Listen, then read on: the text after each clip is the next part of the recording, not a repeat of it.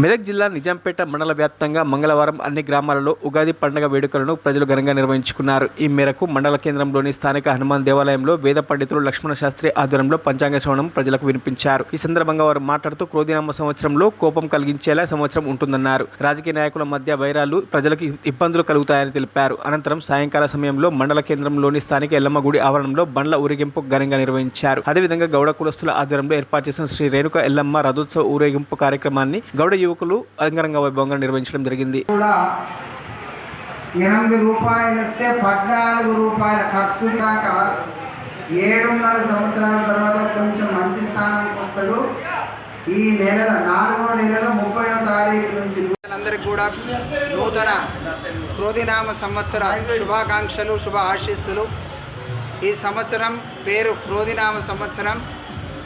ఈ క్రోధినామ సంవత్సరం అంటేనే క్రోధి అంటే క్రోధము, కోపము, కోపాన్ని కలిగించేటటువంటి తత్వం ఈ సంవత్సరంలో కలిగి ఉంటుంది.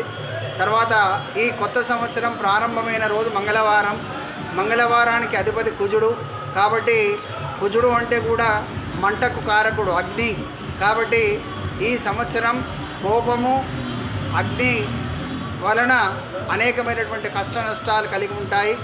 నాయకుల పాలకుల మధ్యలో అనేకమైనటువంటి వైరాలు కలిగి ప్రజలు ఇబ్బందుల పాలవుతారు. ఆ విధంగా అటు పంటలు కానీ ఇటు పాలన కానీ చాలా ఇబ్బందికరంగా ఉంటుంది. ఈ సంవత్సరం 2 వీసముల పంట, 2 వీసముల గాలి, 7 వీసాల పంట కలిగి ఉంటుంది. కాబట్టి సస్యాన్ని అనుకూలంగా, వర్షాపాతాన్ని అనుకూలంగా గ్రహించి రైతులు వారు ముందుకు అడుగు వేయాలని, వాళ్ళందరికీ కూడా పేరు పేరున ఈ క్రోధినామ సంవత్సరంలో వారి వారి ఇంటి దేవతలను కొలిచి అమ్మవారి యొక్క అనుగ్రహాన్ని పొంది సుఖంగా, సంతోషంగా, ఆరోగ్యంగా ఉండాలని కోరుకుంటూ మరిన్ని అప్డేట్స్ కోసం మా ఛానల్ని సబ్స్క్రైబ్ చేయండి.